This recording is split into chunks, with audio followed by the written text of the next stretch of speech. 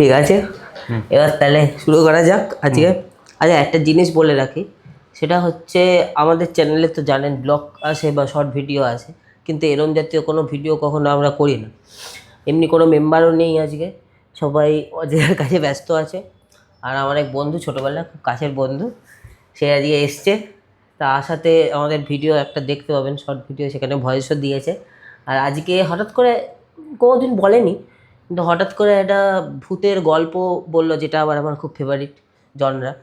তো যাই হোক, আমি ভাবলাম এইটাকে একটা রেকর্ড করে রাখি, অ্যাট দ্য সেম টাইম একটা কন্টেন্টও হয়ে যাবে। তো যাই হোক, তা রবি বলো, শুনি, বাকিরাও শুনুক। এই গল্পটা যে বলছি সেটা বহু বছর আগেকার। কবেকার? তাও বছর আমি তখন ক্লাস 6 বা 5 এরকম কিছু একটা পড়ি। আচ্ছা। আমরা তখন বন্ধুরা, ছোটো ছোটো বন্ধু, বাচ্চারা যেরকম অনেক সময় তো ওদের ইচ্ছা হয় যে এই পুজোটা হচ্ছে বা এই পুজো করা হবে, তার জন্য ঠিক আছে, এরকম তো অনেকের তখন ইচ্ছা থাকে যে একটা পুজো করবো খুব সুন্দর করে, বাচ্চারা মিলে সবাই, বড় কিছু দেবে আর আমাদের কাছে যা থাকবে সেটা মিলে। আচ্ছা। তো সেটা ছিল কালী পুজো একটা। আচ্ছা। কালী পুজো কিন্তু, হ্যাঁ। আচ্ছা। তো মনস্থির করলাম ঠিক আছে কালী পুজো করবো। বন্ধুদের বলা হলো যে তাহলে সবাই কিছু কিছু করে টাকা দে, ছোট্ট একটা এটুকু ঠাকুর আনা হবে, কালী পুজো করা হবে। আচ্ছা। কথা মতো কাজ, যথারীতি আমরা ব্রাহ্মণের কাছে গেলাম, তাকে জানালাম আমাদের এটা যে কাকু আমরা একটা পুজো করবো, তো আপনি একটা ফর্দ করে দিন। তিনি বললেন তোর পুজো করবি? হ্যাঁ। এবার কাকুকে বলার পর কাকুগুলো ঠিক আছে করে দিচ্ছি, এবং তিনি যথারীতি ফর্দ করে দিলেন। সেই মতো আমরা করলাম। বলেছিলাম ছোটো করেই করবো, ছোটো করেই ফর্দ দিতে, তিনি ছোটো করেই দিয়েছেন। এবং তিনি বলেছিলেন যে আমার একটু রাত হতে পারে পুজো করতে যেতে, তোরা জেগে থাকিস। ঠিক আছে, ও থাকবো, আমরা 4-5 জন থাকবো, 6-7 জন তো আমরা আয়োজন করেছিলাম। ঠিক আছে, পুজোর সব আয়োজন ফায়োজন হয়ে গেছে, এবং কালী পুজো রাতে মানে কালী পুজোর মতোই করতে হয়, সেরকমভাবে সব করতে হয়। তো সেরকমভাবে 108খানা প্রদীপও জ্বালাতে হয় মা কালীর সামনে। এবার কাকু যেহেতু বলেছে যে অনেক রাত হবে, আমরা ভেবেছিলাম কত হবে, 10টা-11টা হবে। আচ্ছা। আর যথারীতি জেগেও থাকতো, মানে পুজোর রাত, অনেক বছর আগের কথা, তখন তো মানে এইদিকে তখন আমাদের ওখানে ফাঁকা, মানে আমাদের বাড়ির পরে সামনে একটা বন মতো রয়েছে, পিছনে বাড়ি ফাড়ি তখন হয়নি সেরকম একটা, হ্যাঁ। কারণ এখান থেকে বসলে এখান থেকে তোমার 600-700 মিটার পুরো ফাঁকা দেখাই যাবে। আচ্ছা। ঠিক আছে, এবার ছোট্ট প্যান্ডেল, বেশি বড় করা হয়নি, এরকম একটা কাপড় দিয়ে ছিল, একটা সাদা কাপড় দিয়ে প্যান্ডেল করা হচ্ছে, ছোট্ট একটা কালী ঠাকুর আনা ছিল, একদম এইটুকু মনে আছে। তো এবার যথারীতি অনেক রাত 11টা বাজে, কাকুকে তো আর পাওয়া যাচ্ছে না। তার বাড়ি গেছি, গিয়ে খোঁজ নিতে গেছি, কাকু তো বলেছিলেন পুজো করবেন। পরে শুনলাম যে তিনি বড় পুজো করতে গেছেন, তিনি আর আসবেন না পুজো করতে। বললাম যে এত আয়োজন করলাম, এত কিছু তোরা বাচ্চারা মেরেছি হয়তো, বাচ্চারা বলেছে আসেনি। এবার আমরা সত্যি মানে মন থেকে আমরা চেয়েছি যে মা কালীর পুজো করবো। আচ্ছা। মা কালীর প্রতি আমার খুব আস্থা এবং বিশ্বাস দুটোই আছে। আচ্ছা। তো এবার কী করবো, যথারীতি আমার মাথায় খুব সেই সময় বাচ্চা মনে পুজোটা হবে না তাহলে। এবং আমাদের এখানে যে পুজোটা হচ্ছে তার কিছুটা দূরে এখান থেকে একটা পুকুর আছে, মাঝখানে পুকুরের অনেকটাই ডিস্টেন্স আছে, হ্যাঁ। তো এবং পুকুরটা যেতে গেলে অনেকটা পথ ঘুরে যেতে হয়, এবং সেখানেও একটা প্যান্ডেল ছোট্ট করে, কোনো বাচ্চারাই করেছে, কিন্তু একটু আমার থেকে বড় যারা, আমার তখন বয়স কত, তোদের বাড়ি পুকুরের এপারে, আমি জানি আর কি, বাকিদের জন্য বলছি, তোদের বাড়ি হচ্ছে পুকুরের এই সাইডে, আর ঠিক অপর সাইডে আরেকটা পুজো হচ্ছে, এবং আমি যেখানে তোর বাড়ির পাশেই প্যান্ডেল করেছি, এবং আমি যেখানে করেছিলাম সেখান থেকে যে ওদের প্যান্ডেলটা যথারীতি পুরো পরিষ্কার হয়ে যায়। আমি ঘামছি একমাত্র, তো ঘামেই না। তো এবার প্যান্ডেল মানে এরকম দেখা যায়। এবার অনেক রাত হয়ে গেছে, 12টা বাজে, এবং উদ্যোক্তা ছিলাম আমি, এবং সেহেতু চাপটা আমার উপরেই রয়েছে, আর অন্যান্য যারা ছিল তারা এক এক করে ঘুমোতে চলে যায়। অবশেষে আমরা 2 জন অবশিষ্ট থাকি, এবং যে ছিল তার নাম আমি বলছি না, উজ্জ্বল রাখছি না,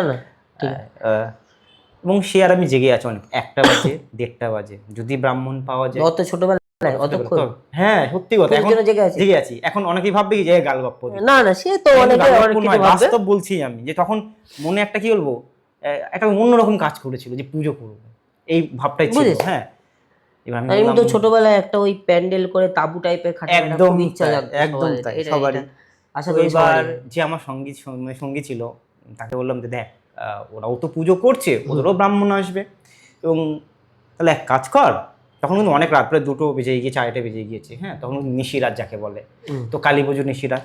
এলাম ঠিক আছে, তো ওখানেও একটা ব্রাহ্মণ আসবে, একটু ওয়েট কর, মানে অপেক্ষা কর, আমি আর তুই, ওদের ওখানেও ব্রাহ্মণ এখন আসেনি, তাহলে যদি ওই ব্রাহ্মণটাকে আসে, ওই ব্রাহ্মণটাকে যদি নিয়ে না নিতে পারে, তুই এক কাজ করবি, তুই চলে যাবি, হ্যাঁ, গিয়ে দাঁড়িয়ে থাকবি, যেই পুজো হবে গপ করে ঘুরবি, ঠাকুরকে আমাদের পুজোটা করে দিতে হবে। আচ্ছা, হলো ঠিক আছে। এবার কি হচ্ছে, এবার ওখানে একটা কালী পুজো করতে হলে সময় লাগে, অনেকটা সময় সাপেক্ষ পুজো। তো এবার আমি কী করছিলাম, মোটামুটি প্রদীপগুলো সাজিয়ে রেখে দিয়েছি, প্রদীপ টদীপ যাটা লাগে সব সাজিয়ে গুজিয়ে করে মালা ঠালা নিয়ে রেখে দিয়েছি। আচ্ছা। এবার দেখুন যথারীতি ব্রাহ্মণ এসেছেন, ওখানে পুজো করেছেন এবং সময় লাগে, সেই তো আমি বললাম যে পুজো শেষ হওয়ার 10 মিনিট আগে তুই চলে যাবি। তো ওকে সেই মতোই আমি পাঠিয়েছিলাম যে তুই চলে যা, এখান থেকে দেখতেই পাচ্ছি যে ব্রাহ্মণ চলে এসছে। আমি বলছি গায়ে এখন কাটা দিচ্ছে, আমার সত্যি বলছি, মা কালী বলছি আমি। হ্যাঁ না, আমি শুনেছি জিনিসটা, আমারও ভালো লেগেছে। কাটা দিচ্ছে এই যে। হ্যাঁ, এইবার আমি নয় এক মনে ওই 108টা প্রদীপ জ্বালাতে হয়, প্রত্যেকটা তেল দেওয়া হয়ে গেছে এবং সেই সময় আমি প্রদীপ জ্বালাচ্ছি, ওকে পাঠিয়ে দিয়েছি। তার মধ্যে মুখ গেছে, আমি দেখলাম যে ও ওখানে দাঁড়িয়ে আছে। তো যথারীতি বল, একটু ঘড়ির অ্যালার্মের আওয়াজ আসছে, এই যা। তো এইবার আমি নিজের মনের মতো করে প্রদীপ জ্বালাচ্ছি নিজের মনের মতো, আর এখান থেকে চোখ রাখছি যে ওপারে ও দাঁড়িয়ে আছে। কিন্তু কিছুক্ষণ পর যাওয়ার পরে, আমি আগেই বলেছিলাম যে আমাদের বাড়ির সামনে একটা বড় জঙ্গল মতো ছিল এবং পরিত্যক্ত একটা বাড়ি, একটা ভিটে পড়েছিল, সেখানে কেউ থাকে না। বলতে গায়ে কাটা দিচ্ছে, আমার ভয় লাগে, সত্যি বলছে, এখন গা শিরশির করছে আমার। ওর গলার স্বরে আমাকে ডাকলো, এই রবি, মানে ওই ছেলেটাই। কিন্তু আমার তখন একটাই মানে মনে হচ্ছিল যে ও তো এখানে নেই, ও তো ওই পারে। আমি শুধু ঘাটটা ঘুরিয়ে দেখেছি যে ওপারে আছে, ও ওপরে দাঁড়িয়ে আছে। তুই আওয়াজটা পাচ্ছিস কি? পিছন দিক থেকে, সামনে থেকে, সামনে জঙ্গলটা আছে, সামনে আমার ঠাকুর বসানো আছে, প্রদীপ জ্বালাচ্ছি পিছন দিক থেকে। হ্যাঁ, তো যথারীতি আমার সত্যি এখন হাত পা কাঁপছে যে আমি কি করে সম্ভব হতে পারে। সেম গলা, একদম সেম ভয়েসে, কোনো পরিবর্তন নেই, কিছু নেই, আমার নাম তো ডাকছে। তো আমি সত্যি বলছি, সেই সময় আমার কি মনে যায় না, আমি সেই জায়গাটা উঠিনি, আমি এক মনে মা কালীর নাম করতে করতে প্রদীপ জ্বালাচ্ছি। তারপর ওই ছেলেটা এসছে, অনেকক্ষণ পর ও এসেছে। আচ্ছা, এবার হ্যাঁ, ওকে বলেছি, এবার পুজো হয়ে গেছে, তখন আমি বললাম, তুই কি আমাকে ওপার থেকে ডেকেছিস? হ্যাঁ, ও তখন না বললো, না তো ডাকিনি তো আমি তোকে, আমি তখন দাঁড়িয়েছিলাম, আমি দেখেছি একবার যে ও ওই দিকে দাঁড়িয়ে আছে। তো যথারীতি আমি সে রাতে পুজো শেষ হয়ে গেছে, আমি আর কাউকে কিছু বলিনি। অনেক রাতে পুজো শেষ হয়ে, বড়দের বললে কীভাবে না হবে। এবার যথারীতি পুজো শেষ, পুজো খেয়ে দিয়ে আমরা ঘুমোবো এবার। আচ্ছা, তারপর থেকে পরের দিন 2-1 দিন পর থেকে না ধুম জ্বর, আমার হঠাৎ জ্বরের কোনো কারণ নেই। মানুষের ঠান্ডা লাগলে জ্বর আসে, বাচ্চা বেলায় ভয়। দেখ আমি এইটা তো এবার তারপরে মনে হতো না ঘুমের ঘরে, মানে আমি যেন সে ডাকটা আবার শুনতে পাচ্ছি যে রবি শোন। এবং যেমন বড়দের বলি, তখন তারা বলে যে কিছু একটা সে ছিল, তোকে আকর্ষণ করার চেষ্টা করেছে বা কিছু তোকে বলবার চেষ্টা করেছিল। অবশ্যই এইখানে এটা যে এর যে কি মানে বৈজ্ঞানিক ভাবে কি ব্যাখ্যা দেবো জানি না, এখন এটা আমি হ্যালুসিনেশন কিনা আমি তাও জানি না। হ্যালুসিনেশন অনেকে বলতেই পারে, কিন্তু আমি এখানে স্পষ্ট ওকে যখন ওপার থেকে দেখতে পাচ্ছি যে ওপরে দাঁড়িয়ে আছে, গল্প হিসাবে শুনতে খুব ভালো লাগে, কিন্তু অবশ্যই ভালো লাগে, কিন্তু সেই মুহূর্তে যে কিন্তু সেই মুহূর্তে ছোটবেলায় যেটা হয়েছে আমার আলাদা ব্যাপার। মানে সত্যি কথা। এবার একটা জিনিস বলি, সেটা হচ্ছে যে এক হচ্ছে মানে যেরকম লজিক্যাল অ্যানসার অনেক কিছু হতে পারে। হ্যাঁ, অনেকে তর্কের খাতিরে বলতে পারে তুই এত ছোটবেলা তুই এত কিছু করেছিস, এটা কোনো সুপারস্টিশন হতে পারে, সুপারস্টিশন কোনো জিনিসপত্র বলছি না এখানে, একদম তাই, কিন্তু এটা বলতেই পারে যে এটা কোনো কারণ হতে পারে। এমন অনেক ঘটনা আছে, এটা কাকতালীয় হতে পারে, আমি জানি না ওটা কাকতালীয় বলবো কিনা। এমন সত্যি আমি ঠাকুর ভক্তি আমার প্রতি খুব রয়েছে, ঠাকুরের প্রতি হতেই পারে। তুই যে ঠাকুর ভক্তি হিসেবে বলিস যে সেই কারণে তোর মা কালী, একদম তাই, আমি মনে করি যে ঠাকুর, হ্যাঁ, বা তোর ওই যে বাংলার প্রবাদ বাক্য, বিশ্বাসে মেলাই বস্তু তর্কে বহু।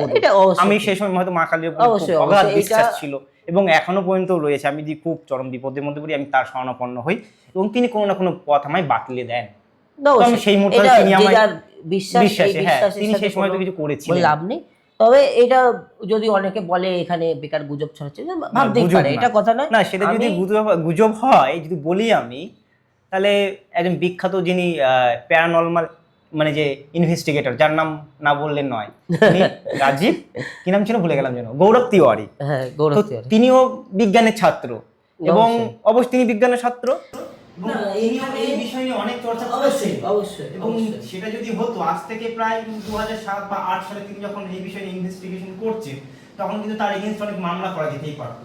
আপনি তখন কেন, যেরকম আমরা কনজুরিং এ এড আর লরেন ওয়ারেনকে যে দেখি, এরা দুজনেই তো প্যারানর্মাল অ্যাক্টিভিস্ট ছিল, তখন অনেকে অনেক বাজে কথা বলেছে, হ্যাঁ, সেইটা না, এখানে কোনো সুপারস্টিশিয়াস জিনিসপত্র ছড়ানোর জন্য বা কোনো ঠাকুরের প্রতি ভক্তি জড়ানোর জন্য ভিডিওটা বানাচ্ছি বানাচ্ছি না, না, হ্যাঁ। কারণ এটা আমার শুনে খুব ভালো লেগেছে, যে এই গল্পটা শুনে খুব এক্সাইটিং লাগলো, হ্যাঁ যে এটা যে ভাবলাম আমার share এখন করবো। সত্যি আমি এখনো যদি কোনো সময় একা থাকি বা কোনো কাজ করি না, আমাকে ভাবনাটা ভাবায় যে ওটা কি সত্যি ও ছিল তো। তা আমার কাছে সোজা কথা, এত কনক্লুশনের আগে গল্পকে গল্প হিসেবে নেওয়া, গল্প তার সাথে যার হয়েছে গল্প তার কাছে সেটা গল্পের থেকে বেশি বেশি কিছু। কিন্তু এবার কেউ শুনলে তার কাছে গল্পের মতো মনে মনে হয়। হতে পারে, এখানে একদম কোনো তাই।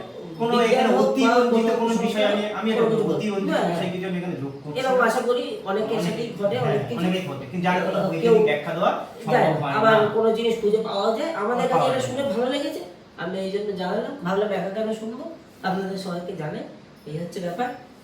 যাই হোক, যদি ভালো লেগে থাকে আপনাদের, যদি মনে আর ভালো হয় লাগে থাকে তাহলে তাহলে জানাবেন যে নতুন কেমন কিছু, হয়েছে, হ্যাঁ। এটা জানাবেন। যাই হোক, নমস্কার। নমস্কার।